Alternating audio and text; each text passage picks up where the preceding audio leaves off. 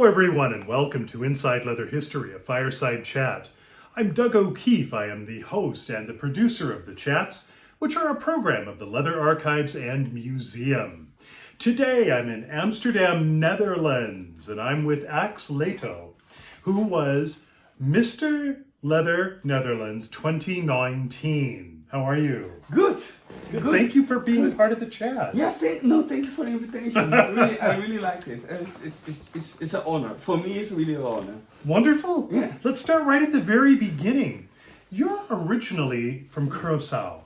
So tell us a little bit about your young days in Curacao. You mentioned when we prepared, a lot of things were outside. A lot of things were enjoyed in beautiful weather. Yes. Tell us about that. Yeah, as a child, Curacao is 40 and 34 degrees. So everything is happening outside. So also your first everything. So your first experience with a lot of things. Because in the Netherlands it's cold and the parents have the children around. You are mostly in the house, but there is everything is outside. And my child, that. Well, what kind of things did you do when you were very young?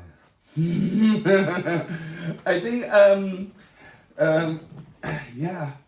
think for me experience the first sex with boys. Okay.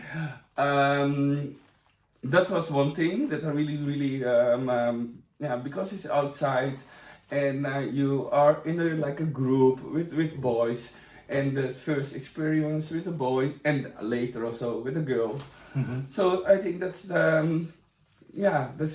for me it was one of the things really keep in mind and change me. You mentioned girls, so are you gold star, meaning have you never had sex with a woman, or have you had sex with a woman? I have. Oh, so you're not gold star? No. 1 second. For me, now I know I'm not. I'm not. Gold star gay? Yeah, gold star gay. Oh my God. Is someone who has never had sex with a woman. Yes. So I'm gold star. Oh my God. I wouldn't know what to do. So, No, people say I always say it. It's like you're looking with a girl. It's like you're looking for the treasure. You need a map, because if you touch here, it's the same like when you touch. And if you go with a man, you know the direction. okay, You understand? So for me, is how I explained it to people. Like going with a girl is really, you need a treasure card. Oh. Looking for the treasure, and with a man is the way, you know the way. Yeah, sorry. There are things I never thought of in my life. But now them saying it, you understand it? I do. Okay. I wonder who is going to watch this video and laugh their head off when they hear that. But when we prepared for this, you told me that the culture of Curacao is very bad, very negative about homosexuality. Please tell the audience a bit about that. Yes, I think in the Caribbean, I have to say, because it's really not only for Curacao, but also in the Caribbean. People are thinking that that they can first they see the gay person, feminine gay person, they see it like a joker. Okay. So if you have someone in the neighbor who is coming, a gay someone coming in to your house, and it was for them really like, I really is my own gay girlfriend and blah blah blah. But it's changed when it's family. Because it's close by, then it's really, and they may have in the culture, they may have in the Caribbean, they have still some places they think we can beat the gay out of the child who is growing up. So is how they think, and also also my nephews being thinking the same. How did you experience that? Um, it's not something to you are growing up. You are you don't know the difference. You understand? Yes. And I think it's also very important that I know that I had my mom, but my mom was the one who bring me to the nephews, but don't know totally. Yeah, she know what's being happening, but she was like, okay, this is something. It's a culture thing, and yeah, it's yeah. You can feel for a mom that she is really fighting with this a little. But what has been changed for myself is that it will make me stronger, and because of all the beatings, Yeah. I will learn how to get beat, but also how to fight back. Good. Very good. Yeah. So yeah, and this will make me stronger. Okay. How though? How did you even know you were gay? How did you have an idea? Yeah, I think if you what we explained it before, if you you find the way we being experienced with the boys, and then we experience with the girls, and then you find like I really I'm someone who's looking for the easy way. Okay. So the way I know, and not the treasure card. But how? Okay, if the other boys were beating up on you, though, how did you manage any interaction? Yes, because the beating up is happening when the older one are around. Older boys are around. Okay. You understand? Yeah. So yeah. this is also something that the older boy was like, hey, you know what? Yeah, this is when the older one are around.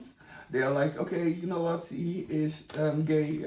So you only have to pass by and you get a kick, or you understand? Is the way, yeah. So when they were not there, the other kids were okay? They was okay until such a point.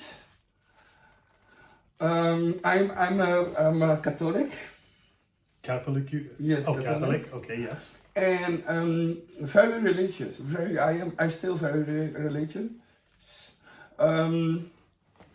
So I went to the pastor or the priest. Yes.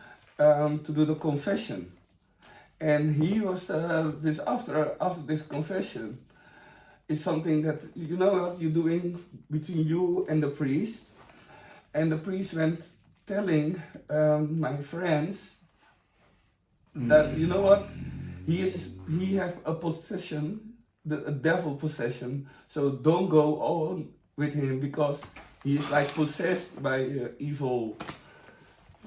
That's terrible. For a boy who just, you know what, know that you are different, and know that you're different, and after that, being like, for the first time, that you know, a priest in a confession, he really has to be like supporting or you understand? Yeah. Not so you don't need to be support, but he really have to get you the safety.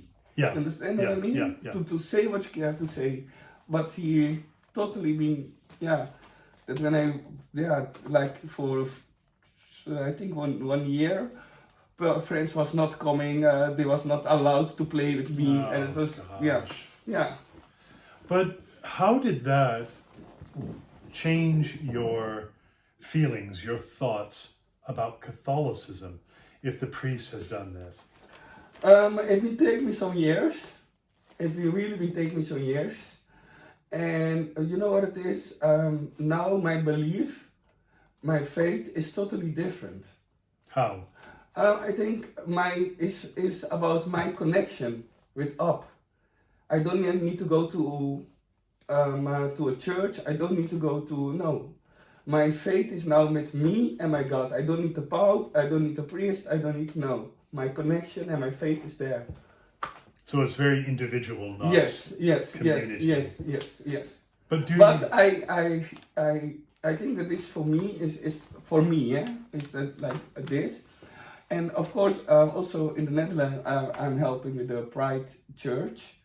This, yes. So it's also to let people see that This is my belief, and be open for other believers or faith. I don't know how you call it, believers. Yeah, but of course I bring the point of view from North America, but Yes. but there is so much abuse going on within the structure, Yes. the business Yes. of the church. Yes. How do you feel about that relating to your own experience?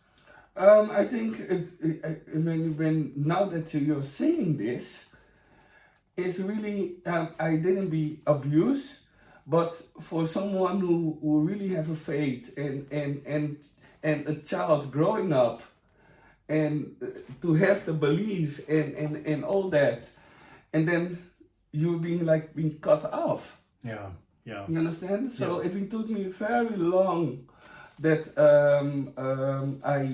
I couldn't come back. Let's see, when last time we are talking about, I was 10, Okay. and I think in my 26, something like that, I went back to the church. Why did you go back? I think this is something that I've been doing it the whole time already. With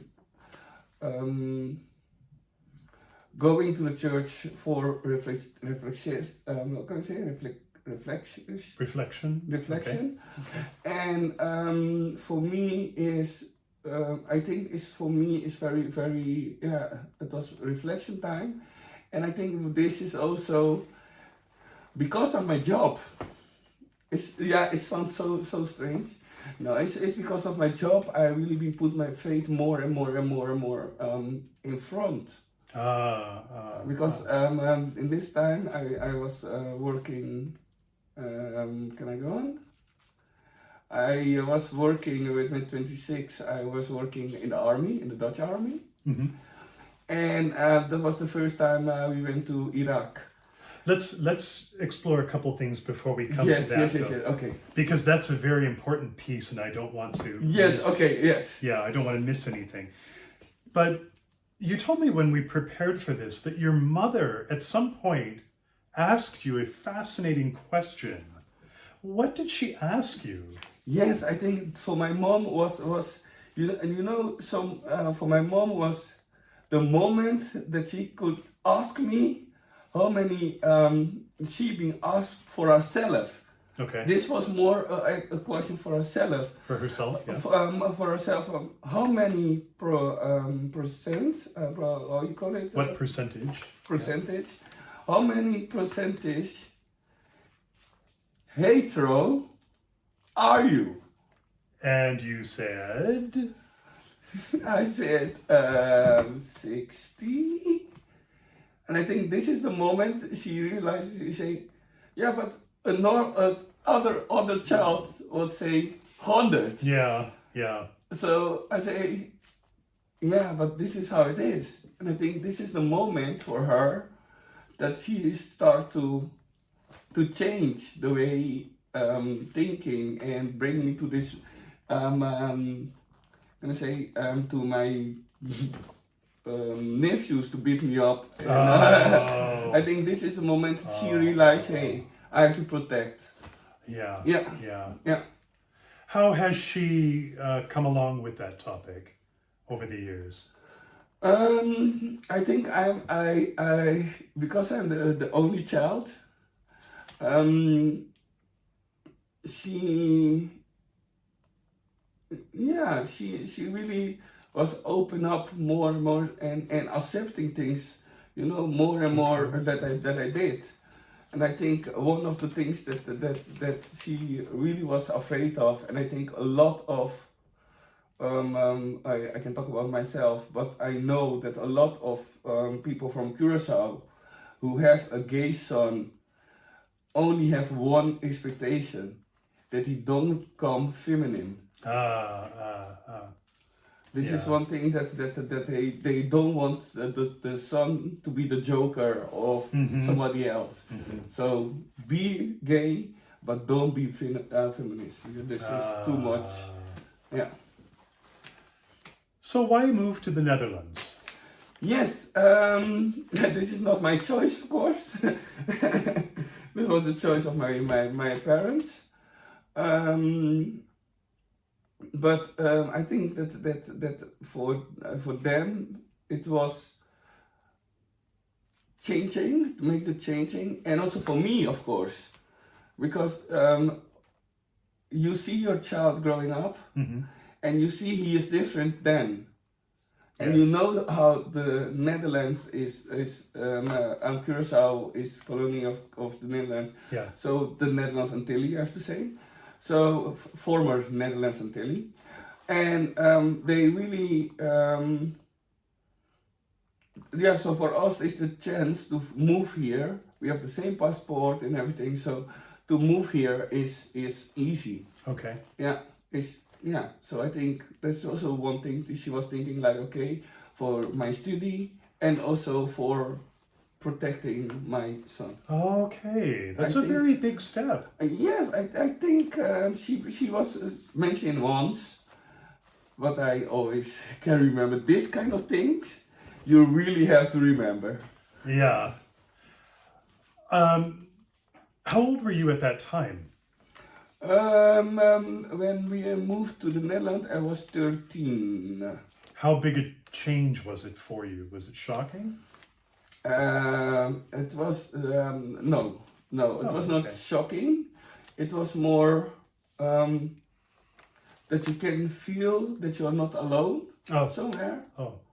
But still, I have this macho thing over me that I'm here in a free Netherlands, and still I've been moving and doing things around that people couldn't see very easy.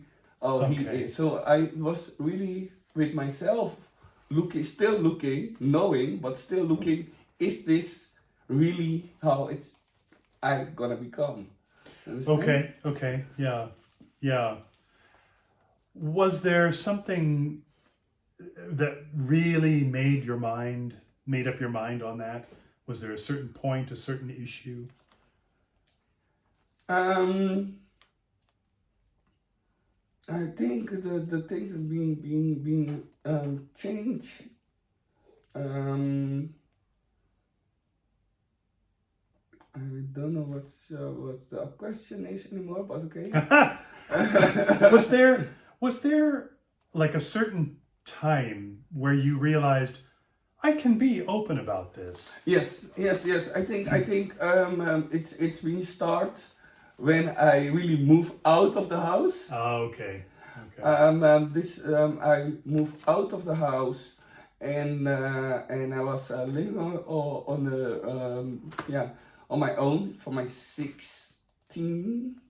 16. Okay. I went out of the house to start, like we have here in the Netherlands, we have like a training home. So I went to a training home for my 16. Okay. To start, that you know how to do your own thing yourself. Okay. Yeah. Tell us about serving in the Dutch Army. You were moving toward that. Yes. But it's a very, very important topic. So when we prepared for this, you were telling me fascinating things about that. What age did you begin? I went to the army when I was 25, 26. Oh, a little late. I was very late. You know why it is? Because I am the only child. Yeah. And my mom always been telling me, I would say, you know what, I want to be a soldier. I really want to be a soldier. And she was like, but why go try to be a nurse? Okay. So I went for 1 year doing the nurse thing. Why you don't go and try this and that and that? So I am like assistant for everything. And at one point I did tell my mom, you know what? I know that is very difficult for you. You're only a son, but I really, really, really want to make my own choice now, and it is almost late. So I'm gonna join the Dutch army. Wow. But for what I wanted to do, she said no. What was that? I wanted to pick up the mines. Oh, wow. Yeah, this is for me making change. You understand? Yeah. But my mom said you can do everything, so everything in the army. But this is something that I really, really, really cannot let my only son do. Wow. So what did you do? I was in infantry. Okay. And artillery. Okay. Yeah. This we do for 16 years. You mentioned that you went overseas Yes. with this. Yeah. You mentioned Iraq Yeah, and 2 times Afghanistan. and Afghanistan twice. Tell us about visiting those places or working there, however you look I at it. think the first time, no, not the first time. I can better tell about the second time. No, the third time. That I was in Afghanistan. Was the time that they in Iran they been hanged the 2 boys who was gay. So they been hanged them because they were gay. Okay. This is something that has been for me to be there and to hear about all this. So I've been talking with the Afghani people from, hey, what is happening? Yeah. Why they hang these 2 boys? Yeah. And you know why they hang the 2 boys? And because they are gay. Okay. And in Afghanistan and also Iraq, they have so I have a little bit difficult with it. Older men from like 60 or something like that can have a child from 14. Okay. And with this child, he been buy the child from the parents. So he can do everything with this boy. Okay. So most of the time it's the boys. And they don't see that. So this older man go with this boy, but they don't see that as homosexuality. Fascinating. But you know, when they see it as homosexuality is when these 2 boys of 13 or 14 go with each other, then is it forbidden? Wow. Wow. Yeah. I don't even know what to say to that. It's shocking.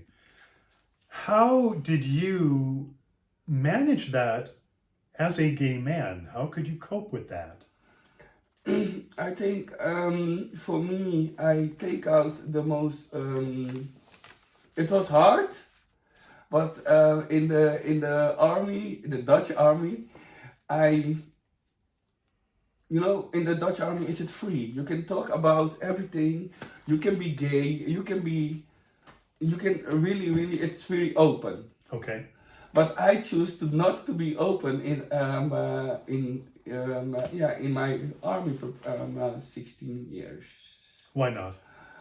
I think sometimes, why to say or why to put the, this is something that we people do, like, okay, I'm gay, yes, I'm gay, so accept me. And I'm more like, yeah, okay, if you don't say nothing, why, you understand? Why to start a whole, if they see it, if they want to talk about it, okay, but I don't want to be like, hey, I'm gay. Fascinating. But you said you did find A lot of action. So how did you do that? In Iraq and also in Afghanistan, I didn't have. We are talking about sexual actions. Yeah. Yeah. You have in Iraq and also in Afghanistan, you have the toilets, and then they put the time and date, so it's like grinder on the walls. How much of this did you see? Oh, they get for it stands for one day. Okay. So they put it on one day, and the cleaners. Ah. So then you know, okay, this is not from like a month ago, and you're standing there in the toilet waiting for no. So you know it's for that night. And in the night you can go there and you see people walk around this shower area, and then you know, okay. So were you able to like fuck in the stalls, or were you doing it outside somewhere?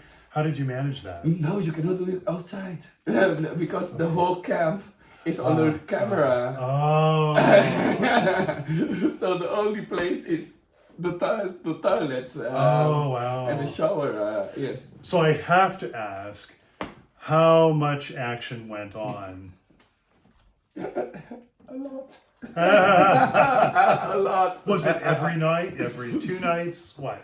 For me, is it? Oh my God! If I really answer this question, people gonna think so bad every day. But every day, I should have known. Yeah. But you mentioned when we prepared for this, it wasn't just Dutch soldiers; it was soldiers from all over the world, yes, right? Yes. Yeah, I didn't do it with the Dutch ones. Oh wow! I only did it with because I only did it with the American, some Nepal. Okay. Yeah. Brits. Yeah. Okay. Weren't you the lucky one? I think so many of us would have loved that kind of an opportunity. But oh well, you know. Yeah. No, I think you know what is a lot of people think that because if you see a soldier, you're gonna be like, oh, this sexy, he's this, it's everything. It's because of the uniform, man. Because when you have the uniform, you see farther, and then you're like, yeah, okay, I have to do it. Oh my gosh. So, speaking of uniforms, speaking of the army, how did you begin to understand kinky sex, kinky activities? Yeah, for me it starts very early. A friend of mine asked me about he have a new bar, so he needs someone spontaneous and to come work there. Here in The Hague. In The Hague. Okay. Yes. Yeah. So it's a SM bar. So I was like, sex for a boy of 17 and a half, of 18, I have to say, before they go and they close the bar. I was 18. No, yes, I was 18. We have to say this, it's 18. Okay. And no, some years ago already, so. But to be there and you hear about sex. You are 17 and a half, you know your hormone is going everywhere, and this is the time also that you jerk off a lot, thinking about a lot of things. So this opportunity came, and I was like, okay, yes, I do it. But I was also a boy who is very shy. So because of the bar, this is the first time you see naked people walking around. Wow. You see people with leather walking around. You see the masters and the slaves. People hanging on the ropes. And And on Sunday you had FF. Fist fucking. Fist fucking Sunday. Oh, it's bring me to a very bad here thing. Yeah, can I tell you 2 minutes? 2 minutes. I had my boyfriend. Yes. At that time. Yes. I have an ex-boyfriend. Yeah, and yeah, my boyfriend been telling me we today's Sunday. Normally I never was working on Sunday. So he said, yeah, so I come pick you up after, and then we go to my mom because she been cook. So Yes. it was fish fucking day, Sunday, and then you going to your mother-in-law, and she was very explaining how she fill up the chicken. So you're sitting on the table like, oh, I don't want to know this when I be seeing all this happen in front of me. But okay, it's a small. Yeah. Yeah. But you were very young. Why did he choose really a boy at 17 or 18 to work in such a bar? I think because we was friends, this first, and he was just starting the business. This bar exists for very long years, and it was closed like for 3 years. Okay. And he opened it again.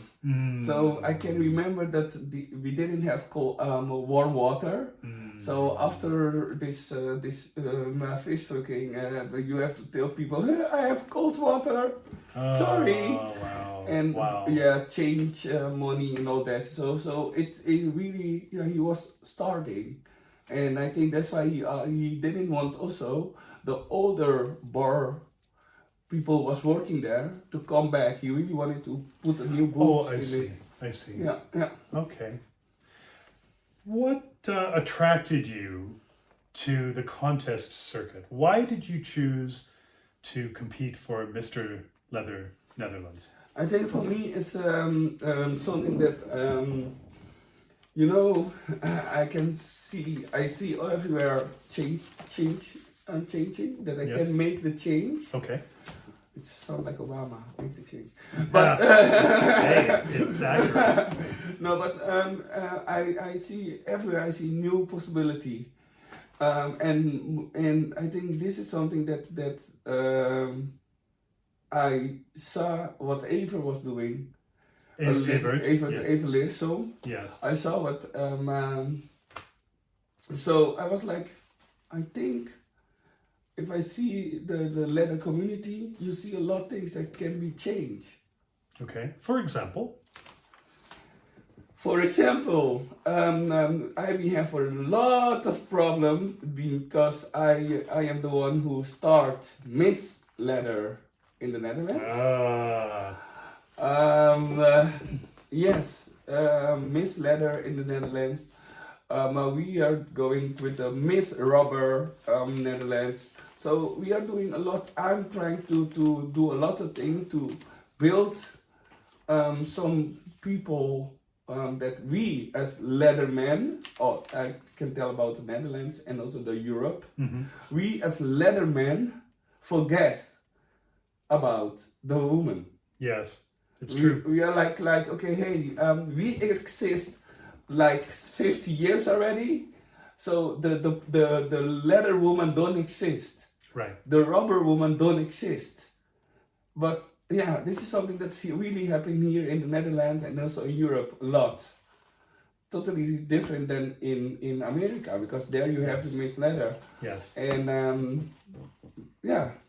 But let's take a step back. Why did you decide to start a Ms. Leather Netherlands? I think one of the judges being asked me on the stage, what do you think about Miss Leather Netherlands? And I think this put me to think about, Axe. So I will put this message before I started. I will put a message on my Facebook account. Okay.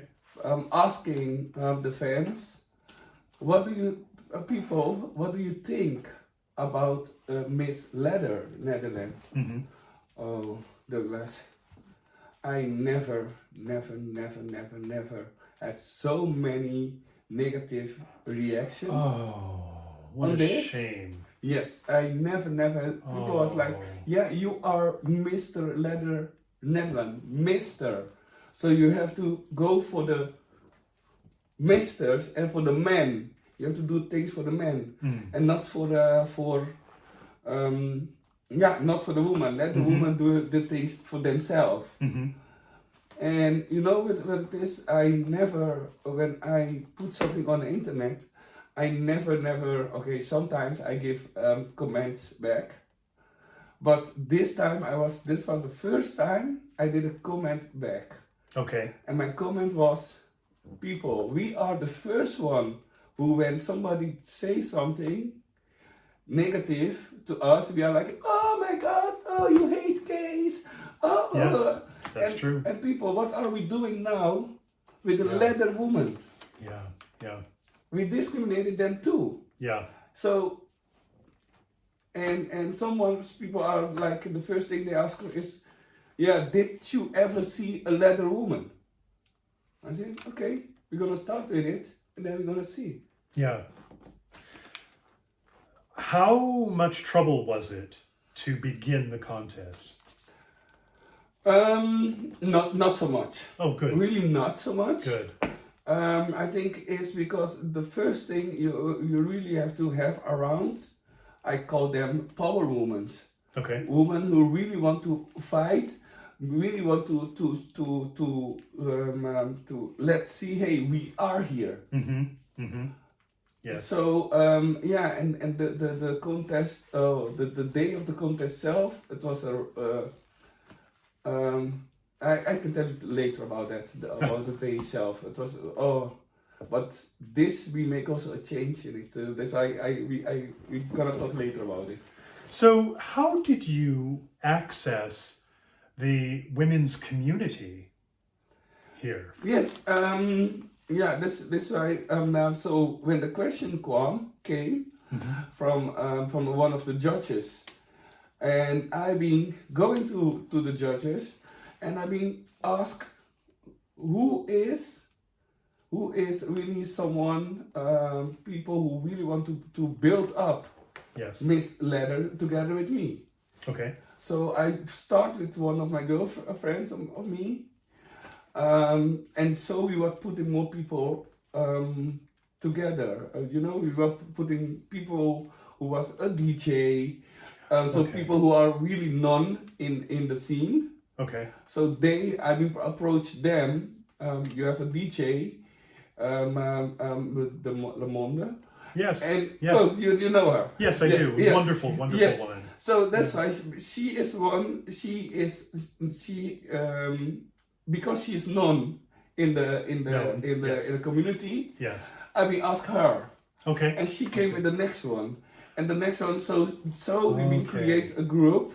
Okay. And then after the first Miss Leather, we use Suzanne van der Laar. Yes. Yeah. And we use her because she is also known. Yes. And we start with her, that people can see what is Miss Leather mean. And she did a wonderful job. Let's explore that a little bit because, yes, I also know both Bo and Suzanne. Suzanne is mind-blowing. Yeah. She's incredible. What are your thoughts? How do you see her as a leather woman? I see Suzanne, you know what it is? I see Suzanne like how we call each other, leather men, and I call her my leather wife. Okay, that's fair. I think I have to go back before I answer this question. Okay. I think, you know what, my expectation that we have about when they've been asking me this leather, about Miss Leather, one thing came in my head. I want to have end of October, a leather weekend, not only for the men, but also for the girls. Okay, great. This is one of my I've been thinking about it at once. Okay. And so that's why Suzanne van der Laar did so much, and she started. I think she was elected on Mother's Day. Oh, okay, okay. So this may have also a special meaning. Yeah. And she did it for 6 months. Okay. She did it for 6 months, something like that. Yeah. But unfortunately, COVID intervened, and she was not able to compete in IMSL BB. Yeah. Which I thought was an absolute shame. Yeah. Because she was there. Yeah. And then the world shut down around us. Yeah. Suzanne also went on to be the very first, is it Ms. Leather Europe? Is that right? She is, no, you cannot say that. Yes, you can say it, because you can say it, but it's not a sash about that. Oh. Because we have the first Miss in Europe. Okay, yes. Miss Leather in Europe. So the Netherlands she is the only one who can go and participate, but with a sash of the Netherlands. Okay. And this is something that now I'm talking with more countries. Yes, you mentioned that. Yes, I'm talking with more countries, and to let the misters, because I think it's not something for me only, but I always think misters, use your titles, and not for going to party, but use your title to make the fucking change. Yes. Yeah. How did the community, in the end, how did the community react to Suzanne and to Ms. Leather Netherlands when Suzanne was able to show them what could be done? They've been, a lot of them came back to me to tell me, Axe, one thing I really have to tell you, I'm sorry. Wow, that's beautiful. I'm sorry that I didn't understand totally what you plan was. Okay. And I'm sorry that I've been reacting how I was reacting before. So many people came to me, and I think to be giving me the apologies about this, it was like, yes, Axe, you did something good and you went for it, and yeah. Wonderful. Yes. Wonderful. Yeah. I'm happy to hear that. Yeah. Very happy. How do you see that going forward? After the first year, for me was also let the women, girls do their thing. Yes.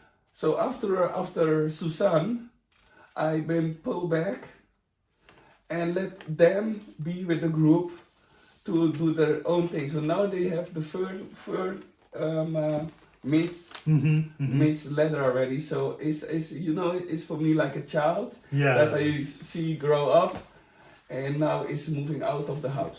Well, see, I know Suzanne and I know Karin. Yeah.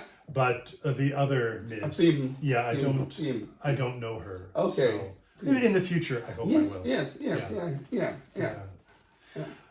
So, tell me about the reaction in these other countries. You mentioned, I recall, wasn't it France, Germany, some other countries that are now wanting to do this. How are you working with them to create the Ms. titles? Yeah, I think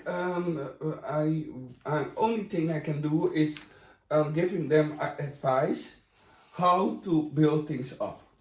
Okay. You understand? Yes. And I think the first thing they really have to look for is like we did with Suzanne too. You need someone to be wearing the sash to let the other one know, hey, okay, so it's an opportunity. And this is why we choose Suzanne Yes. to wear the sash for the 6 months, or was it 4 months? I don't know. Yeah, she wearied it for I think 4 months. May October, yeah. Yeah, 6 months, and then to finish one day before me. Oh. Yes, before my step down was the step down of Suzanne. Oh. So it was on Friday was the step down of Suzanne, and my step down was on Saturday. Oh, okay. So what I mean expect about this leather weekend for man, woman, and everything in between is being a success. That's incredible. Yes. I'm so happy to hear it. Yeah, yeah. But one question I should have asked you a few questions ago was, as Mr. Leather Netherlands in your leathers, you appeared on Curacao television. I think that's an important piece, and I should have asked you earlier.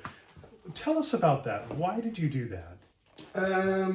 I won the title, and then we went. I went to Curacao. We went to Curacao, and so there you have like the Oprah Winfrey of Curacao. Okay.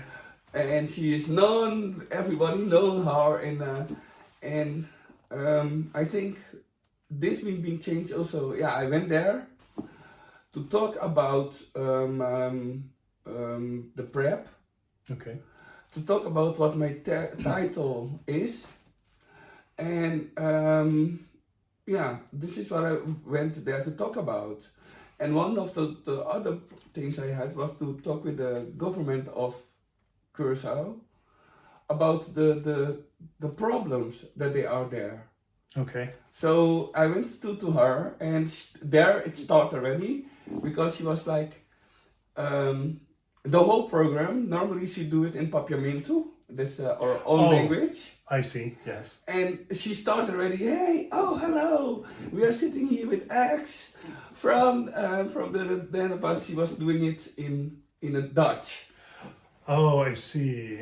But this is really to mention, like, people look what the Netherlands are doing with our community, you know, something like that, like with our children. Okay. So this is the moment I've been changed the whole